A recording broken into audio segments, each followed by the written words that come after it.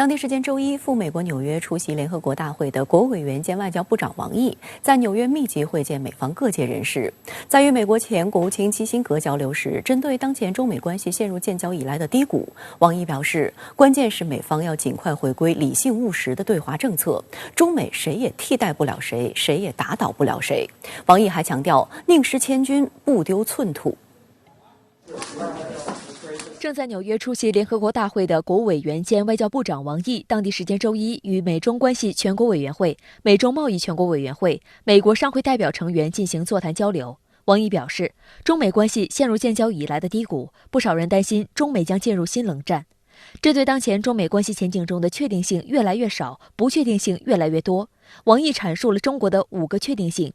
一是中国自身的发展前景是确定的，即将召开的中国共产党20大将规划制定中国下步发展蓝图和目标。二是中国改革开放的决心是确定的。三是中国对美政策是确定的。四是中国继续加强两国经贸合作的态度是确定的。中方欢迎美国企业在华发展，将继续提供市场化、国际化、法治化营商环境。五是中国同美方开展多边协调的意愿是确定的。王毅强调，中美两国制度不同，是各自人民的选择，中美谁也替代不了谁，谁也打倒不了谁。习近平主席提出中美相互尊重、和平共处、合作共赢的3原则。拜登总统多次强调4不一无益，关键是美方要尽快回归理性务实的对华政策，美方应停止没有国际法依据的单边制裁，停止搞排除中国的小团体、小圈子。历史已经并将继续证明，中美合作可以办成许多有利于两国和世界的大事。为此，必须维护好中美关系的政治基础，尤其是切实恪守一个中国原则。当天，王毅还会见了美国前国务卿基辛格。王毅祝贺博士将迎来100岁诞辰，表示博士是中国人民的老朋友、好朋友，为中美关系的建立和发展做出了历史性贡献。中方赞赏博士始终对华友好，对中美关系抱有信心，希望博士继续发挥独特重要作用，助力两国关系早日重回正轨。王毅强调，当务之急是妥善管控台湾问题，否则将对中美关系产生颠覆性影响。实现和平统一是我们的最大愿望，也将为此尽最大努力。但必须看到，台独越猖獗，和平解决台湾问题的可能性就越消减。中国有句老话，宁失千军，不丢寸土。这就是中国人的意志和决心。如果触犯反分裂国家法，中方必将依法采取坚决行动，捍卫国家的主权和领土完整。要维护台海和平稳定，美方就应认认真真回归一个中国本意，明明白白反对和制止台独。在与王毅的会见中，基辛格回顾了当年同中国领导人达成上海公报的历史经纬，表示应充分认识台湾问题对于中国的极端重要性，美中之间要对话而不要对抗，应打造和平共处的双边关系。近年来，美国不断激化台海局势，在中国周边大搞小圈子，挑起中美贸易争端等等错误做法，把中美关系推向悬崖边。对此，基辛格忧心忡忡，并在不同场合大声疾呼，两国应找到和平共处方式，避免冲突对抗。他曾警示，中美关系已经处在冷战的山脚，中美之间爆发新冷战，不仅对中美，对全世界都将是灾难。美方应回归理性务实的对华政策，回归中美3个联合公报的正轨，维护好中美关系的政治基础。 Over many decades, this relationship developed in a constructive direction. At this moment, there are tensions on many issues. Each side should make efforts to start a dialogue by which they can understand fully the core interests of the other side and to act in a manner respectful of these concerns. 王毅谈到中国自身发展和对美政策的确定性时，特别指出，美方应停止搞排除中国的小团体、小圈子。但外界注意到，就在第77届联合国大会在纽约联合国总部召开之际，美方又在借这一国际场合大搞小圈子外交。当地时间周一，美国白宫印太事务协调员坎贝尔透露，国务卿布林肯将于周四在联合国主持蓝色太平洋伙伴倡议的相关活动。美国总统拜登也将与南太岛国元首会晤。坎贝尔说，美国加强在太平洋地区的活动有着无可回避的战略因素。We have tried to put together an unofficial grouping of like-minded nations: the United States, Australia, New Zealand,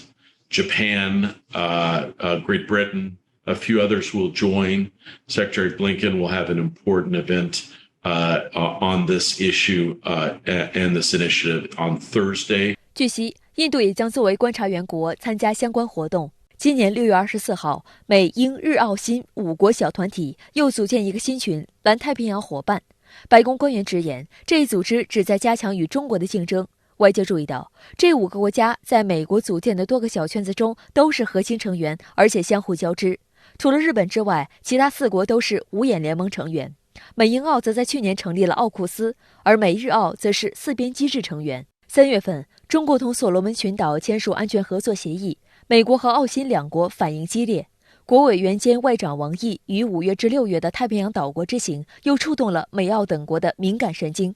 路透社报道认为，南太平洋伙伴是拜登政府向印太地区投入更多资源的又一动作，拉拢盟友到南太，强化与中国抗衡的意味浓厚。太平洋国家领导人本月表示，华盛顿理应尊重和理解他们的优先事项及气候变化，而不是超级大国的争斗，是他们最为紧迫的安全目标。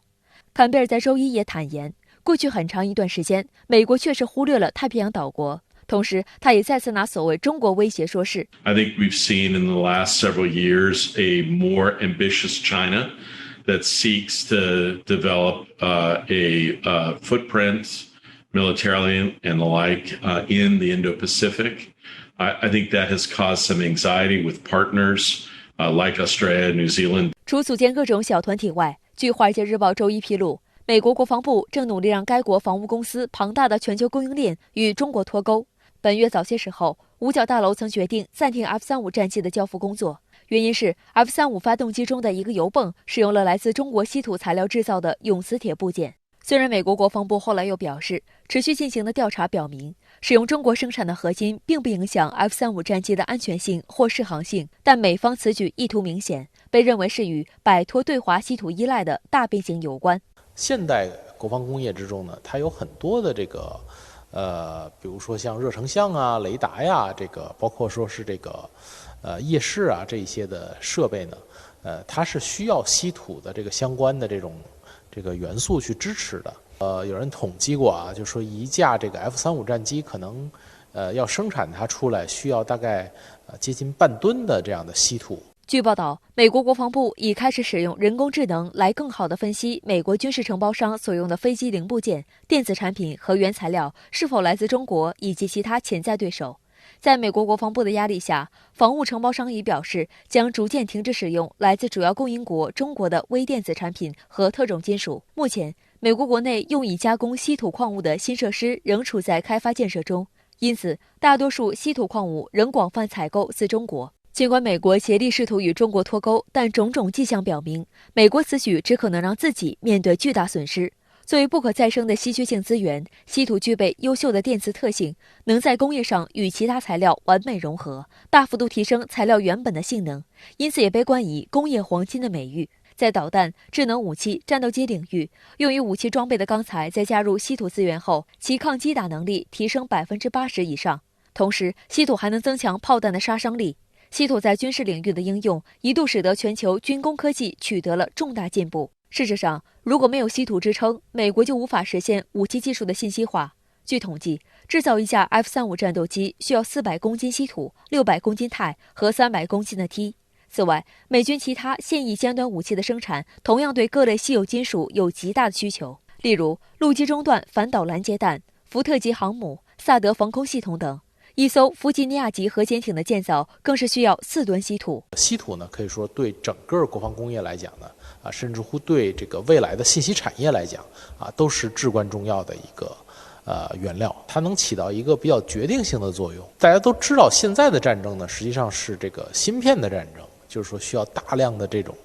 电子元器件的支持，这个大量的信息科技。那么在芯片制造方面呢，实际上稀土的这些稀有元素就非常之重要。美国贸易代表戴奇在周日被问及对削减对华关税的看法，他声称拜登政府不应该取消这些关税，并且还认为对华加征的关税并非对中国的惩罚或制裁，它的存在是为了维持贸易公平。但实际上，动辄以行政措施干涉自由市场，动辄泛化国家安全概念，打压外国企业，美方自诩公平站不住脚。实际上，美国国内，包括拜登政府内部，几年来一直有不少声音要求削减加征关税，因为数据显示，这些关税的绝大多数由美国消费者买单，并且增加了美国企业的成本，推升了通胀水平。《华尔街日报》还曾报道了拜登政府内部对加征关税的分歧，指出财长耶伦等人也支持削减部分加征关税。中国社会科学院美国问题研究所助理研究员杨水清告诉深圳卫视记者，他在与包括布鲁金斯学会、彼得森经济研究所等美国主流智库相关研究人员内部交流时，对方曾多次表示，不论美官方如何巧言善辩，真正的利益损失都是美国消费者在承担。那现在他又站在了道德的制高点，说我为了创造全球的公平的竞争和贸易环境，实际上是为了拉拢更多的盟友，意思是我是在为全球谋福利，但实际上就是在打击中国。所以这个说辞虽然有些变化，但真正的利益损失其实是美国的消费者在承担。美国劳工部上周公布最新通胀数据显示，8月份美国通胀仍在蹿升，当月消费者价格指数同比上涨 8.3%， 高于市场预期的 8.1%， 华尔街股市随即大跌。然而，美国总统拜登周日在接受美专访时，仍自信地告诉美国人，他有能力能控制通胀。No, I'm telling the American people that we're going to get control of inflation. 不过，拜登的盲目自信并不为美国民众所接受。根据美联社最新的民调结果显示，有 71% 的美国人认为本国的经济状况很糟糕， 72% 的美国人认为国家走在错误的道路上。雅虎财经新闻栏目更在节目中指出，拜登对美国经济的盲目乐观让人目瞪口呆。I thought the most stunning part of the interview, to pivot a little bit, was his downplaying of inflation. But that may have been Joe Biden's worst answer as a president, because we're talking about a 40-year high for inflation. The month-to-month number should certainly not be his emphasis. When you're talking about American people who saw the largest increase in groceries, that thing they feel the most, that will come back. I'm still stunned. 美联储已经多次强势加息，以求阻止美国经济由通胀陷入滞胀。但桥水基金创始人、联合首席投资官瑞达利欧警告称，如果加息到 4.5%， 美国股市将会遭遇估值和盈利双杀。亿万富翁、有酒店之王之称的前喜达屋集团首席执行官巴利斯特·恩利希利要求美联储停止加息，以避免美国经济陷入严重衰退以及引发的失业潮。The economy, if you look anywhere, is already slowing. I mean, consumer confidence is terrible. And the CPI, the data they're looking at is old data. I mean, the economy is breaking. He's paying higher rent. He's actually paying more for food, and he's paying more for gas. I heard one banker tell me they had $2,200 in their average money will be drained by the end of the year. So nothing the Fed is doing is going to change. They're attacking the economy with a sledgehammer, and they don't need to. 美联储大幅加息，推高美元指数以及国际大宗商品价格，也让全球其他国家和地区进口承压，输入型通胀高企。斯里兰卡政府遭遇的财政危机就是其中的一例。世界银行也不点名批评美联储加息不负责任，令许多国家正处于危机的临界点。华尔街日报则注意到，恐怕即使是日本、英国和欧盟等发达经济体，也无力对抗美联储加息的压力。这些经济体捍卫本币的努力基本失败，汇率已跌至数十年来的最低点。总是有国家因为美联储加息而倒下，这个主要的原因和逻辑其实很清楚。美元作为全球的支付货币和储备货币，当它进行一个大放水的时候，全球的市场流动性都是在变得更加宽松，而进入加息周期之后，美元肯定会回流到美国，美元指数走强之后，其他新兴市场的货币就会持续的走跌，而国际资本又会从新兴市场流出，而这些市场肯定会遭遇比较大的一个冲击。五角大楼敦促美国防务公司与中国供应链脱钩，您觉得能脱得成吗？美方强推的所谓脱钩风会成为常态吗？美国一直在这个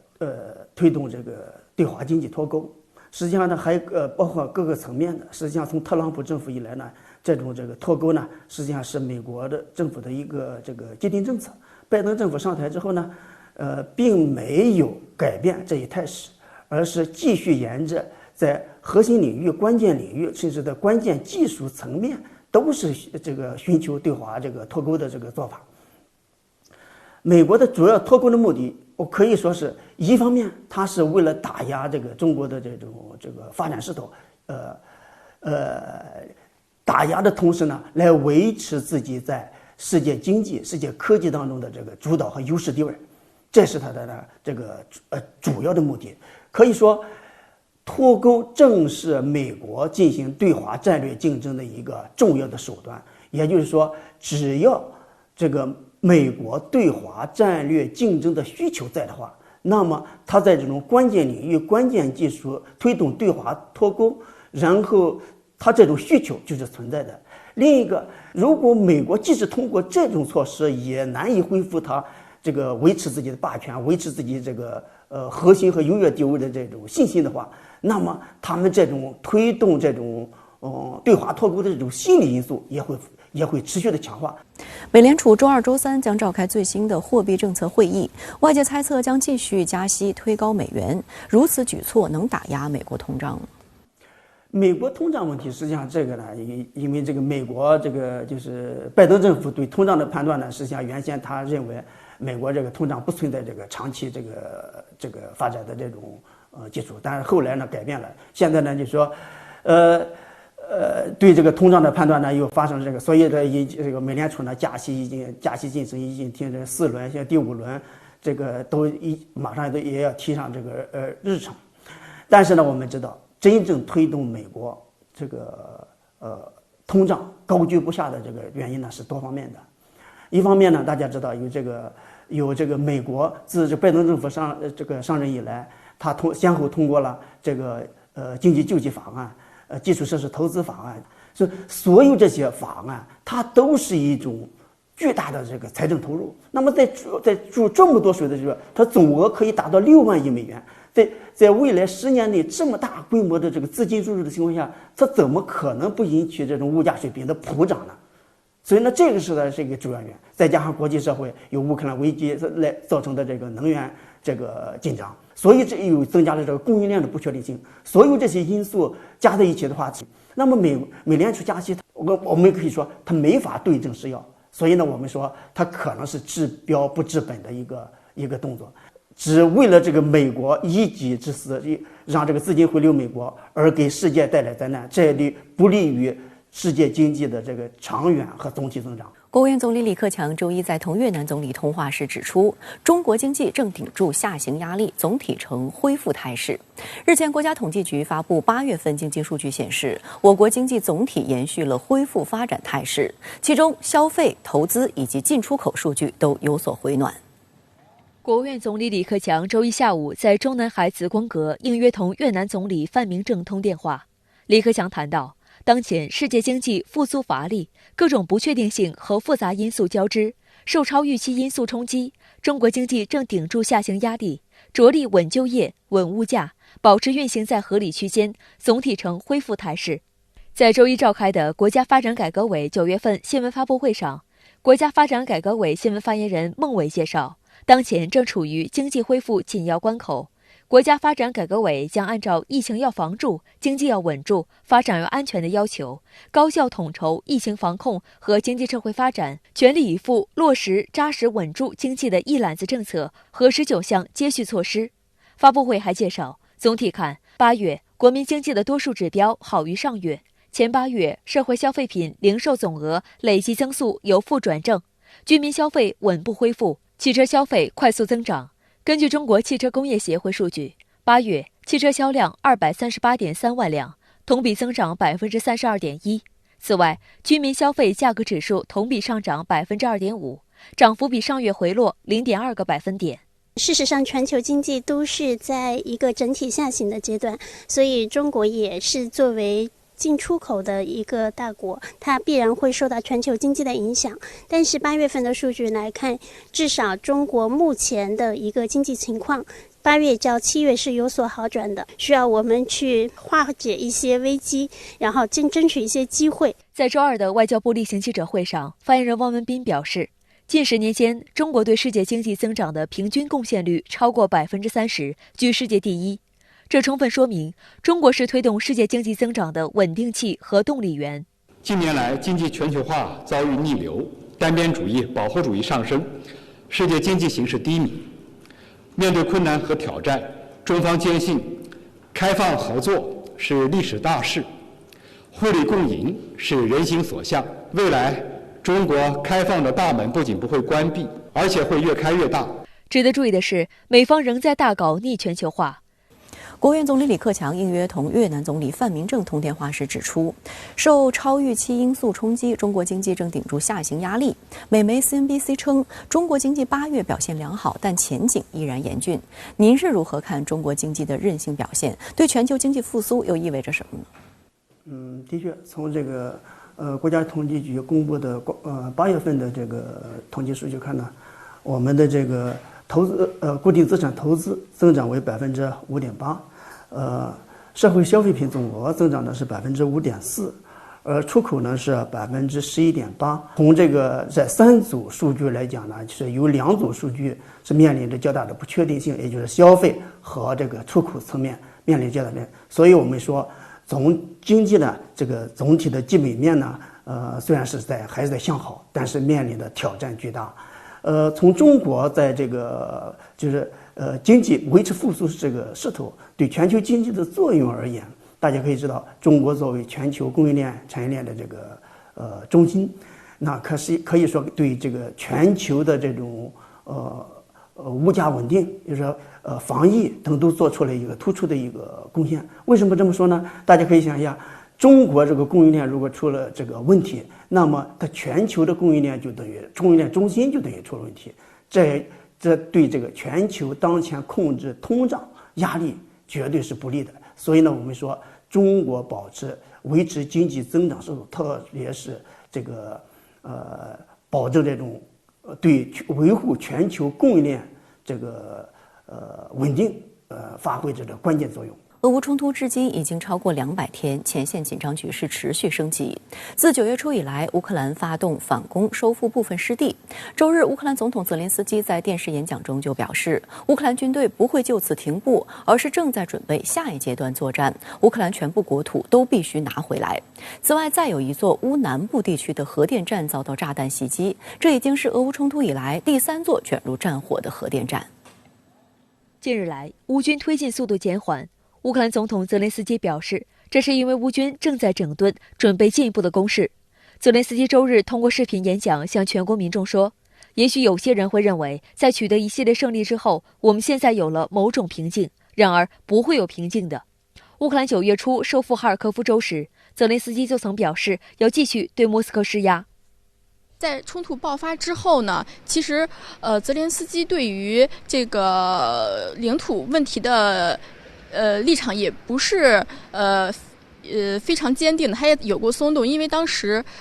冲突爆发之后，乌克兰一度处在下风。那么现在呢，大家也看到形势有些变化。我想泽连斯基在这个时候做如此表态呢，也是为了提振士气，来向西方证明他们的援助和支持是真实有效的。那么究竟他能否达到这个终极目标呢？我认为其实变数还是很大的。近期，卢甘斯克的州长谢尔盖盖代说，乌克兰武装部队已经完全控制了比洛霍里夫卡村，并计划从俄军手中重新夺回卢甘斯克州。该村庄位于利西昌斯克市以西仅10公里处。今年7月，经过数周的激战，乌克兰军队从该市撤离，标志着卢甘斯克州已经全部在俄军控制之下。还有视频显示，乌军辎重设备已经渡河，到达奥斯基尔河左岸。奥斯基尔河和北顿涅茨克河呢，其实是在于乌克兰顿巴斯地区的一道天然的地理屏障。那么乌克兰攻下这条河的东岸，并且强渡河对岸，其实就相当于给俄罗斯在乌东的这个防御战线上呢撕开了一条口子。乌军的反攻令亲俄的顿巴斯政府感到紧张。近期，莫斯科支持的顿巴斯政府领导人呼吁，就该地区成为俄罗斯的一部分进行紧急公投，该组织负责人丹尼斯·普希林就呼吁为加入俄罗斯的全民公投做准备，但观察指出，这无疑将使局势更加紧张。还有消息称，附近的俄军也正在组织新的防线。周一，俄国防部通报战况时表示，俄罗斯空天军在扎波罗热市进行了一次高精度攻击，摧毁了阿科法工厂用于维护美国援助的海马斯多管火箭炮的车间。这款美制武器被认为是乌军反攻取得局部胜利的关键。今年年初，俄军还一度占领了北部切尔诺贝利核电厂，该厂的一个反应堆于1986年爆炸，导致放射性物质落入欧洲大部分地区。今年4月，俄军从基辅撤离后，也撤出了切尔诺贝利核电站。一旦发生了不可控制的核泄漏事故的话，不仅对乌克兰全国，对这个欧洲地区啊，特别是俄罗斯南部地区，都会造成不可估量的这样一个影响。所以这个锅是俄罗斯和乌克兰两方都不想背的，那他们就一定要去打外交战、舆论战，来把责任推给对方。我们看到俄乌交战新闻里有关民用目标被袭的消息是越来越多，昨天又再传出核电站附近遭攻击，您对此如何看？这背后是大量战争资源的消耗，而摧毁对方后勤补给线是最有效的制胜手段，也无怪乎很多民用目标受损。站在乌方的角度看，俄军在东线、南线有较大损失。按照俄红星台的说法，俄国内有多个大型军备基地，封存装备可以快速补充。仅以西部军区的夏诺夫哥罗德军火库为例，储存的弹药可供30万大军高强度作战2个月。但俄军的问题是补给线太脆弱，人员装备投送严重依赖铁公路，而乌克兰腹地呢又水网密布，这就给乌军提供了绝佳的打击机会。这也是外界往往以桥梁道路遭袭最频繁的地方作为战场焦点分析的原因。再看乌方呢，该国的副防长卡尔彭科曾说过，西方军援虽多，但仅满足乌军需求的30%，乌国内工厂仍承担了较大的生产任务。比如紧邻前线的帕夫洛格勒工厂就拼命用原来生产化肥的生产线来生产火炸药，但其电力呢又来自俄控区的水电站。这种滑稽的局面也出现在扎波罗热方向，乌克兰的兵工厂依赖俄控区的核电站供电。由于投鼠忌器加上舆论压力，双方都避免摧毁发电站，或精确打击用电部门或区域变电站，来打乱和干扰对方的军事活动。不得不承认，综合实力看，乌克兰不是俄罗斯的对手，没有美欧援助，仅靠其一国之力很难支撑消耗战。当然，我们不能幻想底子更厚的美欧率先罢手，因为这关乎欧洲主导权的命运之战，西方的决心还是很大的。至于俄罗斯呢，根据外界普遍接受的评估，6月份它在战场上的每天开销是3.4亿美元左右，而开战后俄罗斯每天石油出口的收入是6.7亿美元。即使俄日军战场消耗升到5亿，它仍有盈余。况且手中握有相对完整的油管子、米袋子、枪杆子，俄罗斯才敢以一国之力挑战美欧。俄欧能源博弈战升级，欧洲打算对俄罗斯天然气设置价格上限，俄罗斯则以无限期完全停止输气回击。不过，现实的能源缺口是真实存在的。为此，德国总理舒尔茨将访问中东，寻求能源供应新渠道。也传出德国与卡塔尔接近达成液化天然气长期购销协议。不过，远水能否解得了近渴，确实存在很大不确定性。随着冬季日益临近，欧洲能源危机待解。目前，不仅普通人能源账单爆表，一些欧洲企业也迎来了至暗时刻。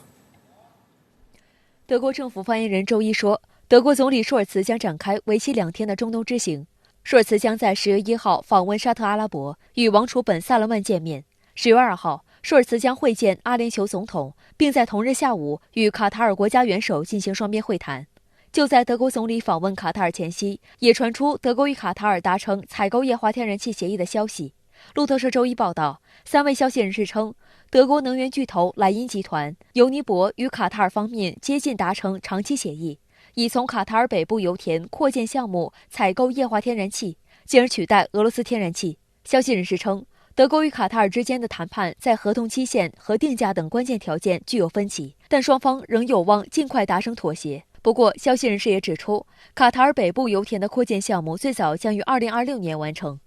卡塔尔是世界上最大的液化天然气生产国之一，与美国和澳大利亚并驾齐驱。其北部油田预计拥有全球已知天然气储量的10%左右。与此同时，德国最大的俄罗斯天然气进口商尤尼泊9月为替代缺失的俄罗斯天然气而导致的损失高达70亿欧元。今年上半年，尤尼泊公司报告亏损超过120亿欧元，是德国企业历史上最大亏损之一。分析认为，鉴于卡塔尔北部油田扩建项目还需要4年完成，远水不解近渴，德国为能源替换支付的代价巨大。欧洲呢，已经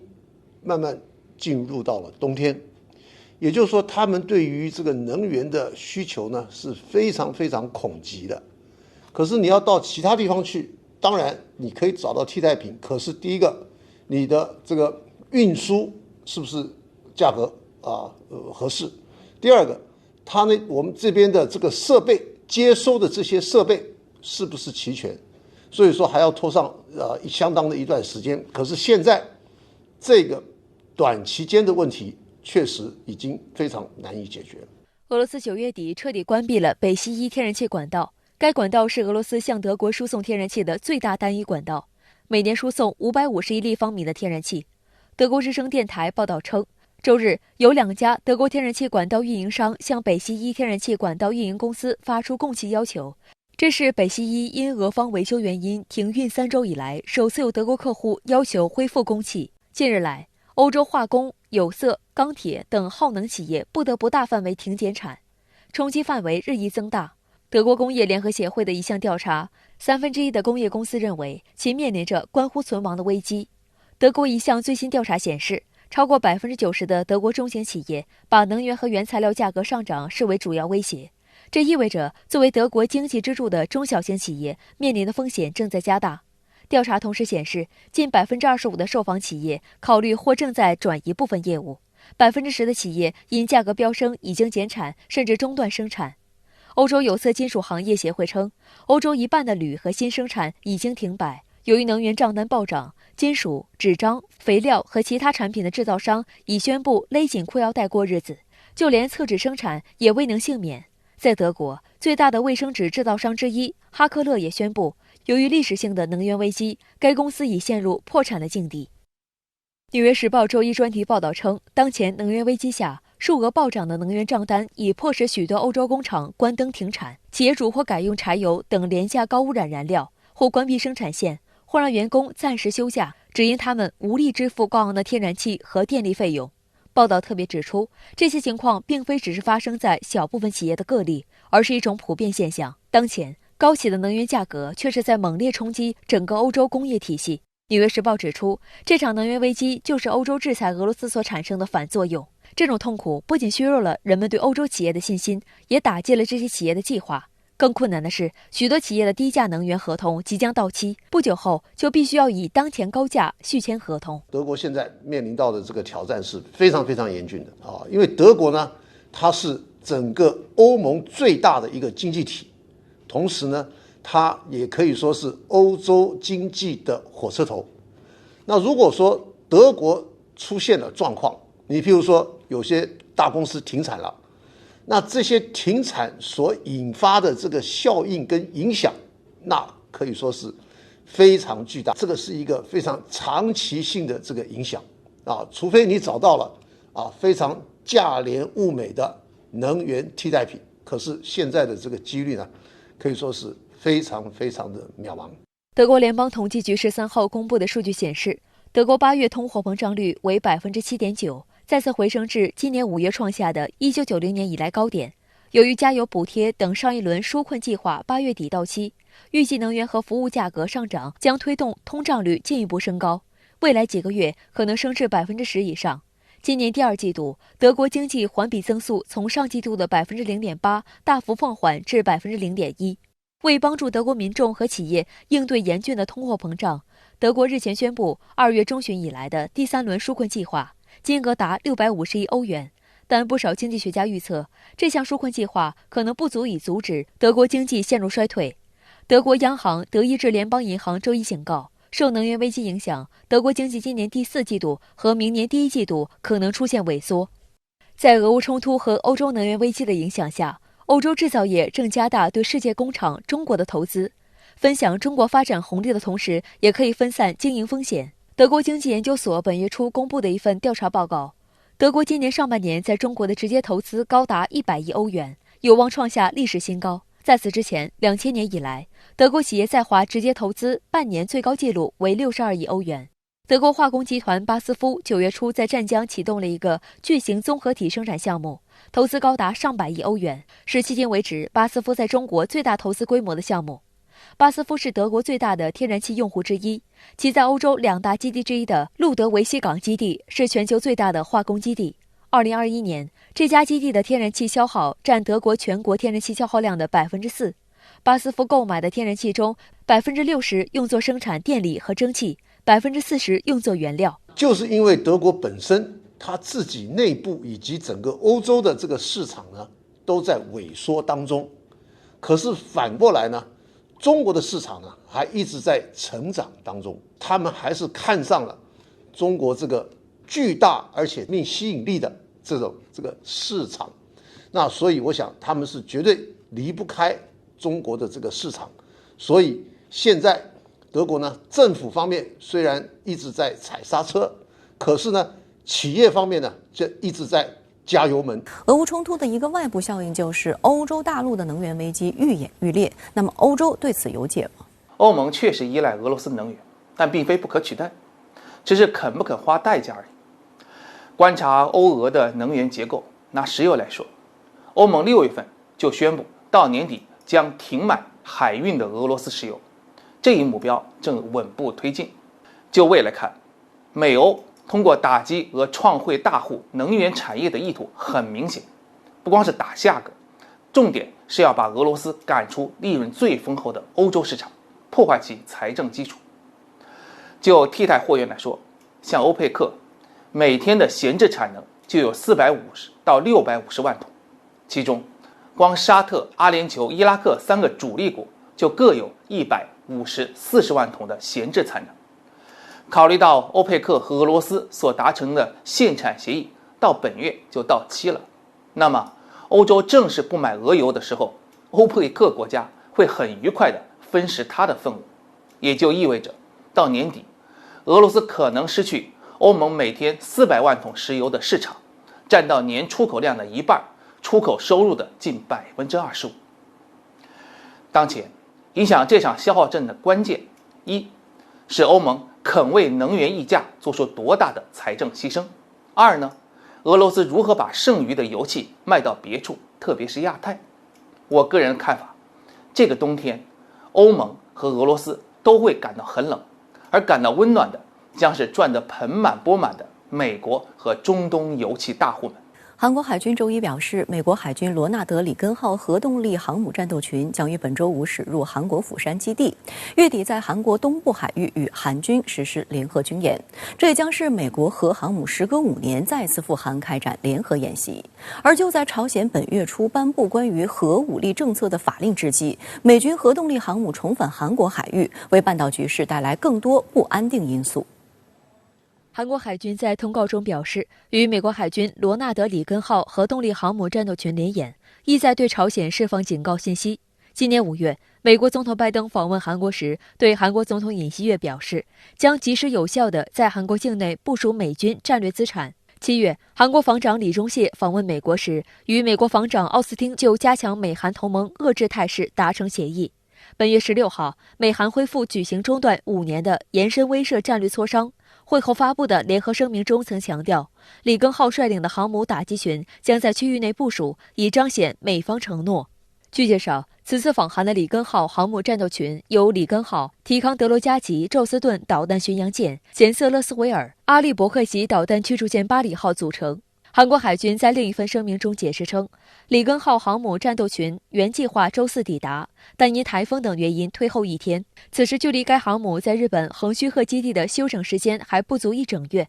日媒上周在报道里根号出港的消息时曾表示，里根号如此频繁的部署十分罕见。也凸显美军目前在西太区域可以动用的航母不足的困境，因此不得不让里根号疲劳上岗。值得一提的是，这将是美国核航母时隔5年再次在韩国战区与韩国海军联合实施军演，上一次还是在2017年11月，美军派出3艘核动力航母，包括罗纳德·里根号、西奥多·罗斯福号和尼米兹号，与韩方举行超大规模军演，作为对当年早些时候朝鲜进行第6次核试验的回应。但3个月后，韩国平昌冬奥会期间，朝韩关系随即破冰。又过了4个月，2018年6月，时任美国总统特朗普与朝鲜最高领导人就在新加坡举行首次会面。朝鲜上一次核试验是在2017年9月3号，但美方长期以来一直炒作朝鲜将进行第7次核试验。今年5月，韩国尹锡悦政府就任后，采纳了美方的说法，并加入美日韩磋商朝核问题的会谈。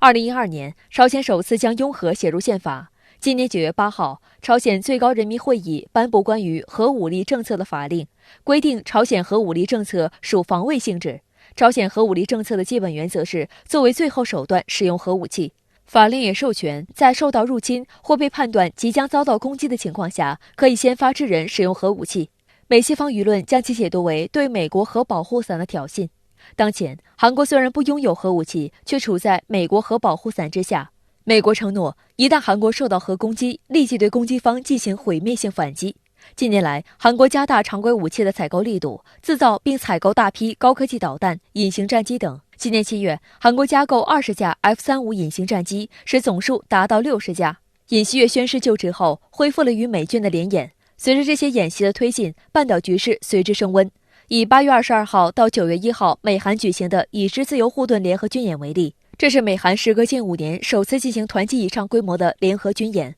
规模庞大。除了电脑兵推，还有13项海陆空联合野外科目。当时，朝鲜就以试射2枚导弹进行回应。有舆论担忧，不到1个月，美方又派里根号航母到韩国举行联演，无疑在给半岛局势火上浇油。那么尹锡悦的对朝政策和拜登政府的对朝政策非常接近，他们的基本立场都是在朝鲜做出实质性的契合举措之前，都拒绝与朝鲜进行谈判，同时通过一些强硬的手段，比如军事力量的部署，美韩同盟的这种承诺的这种加强，以及军事演习等等方式，对朝鲜施加一种压力。那么期望通过这种方式让朝鲜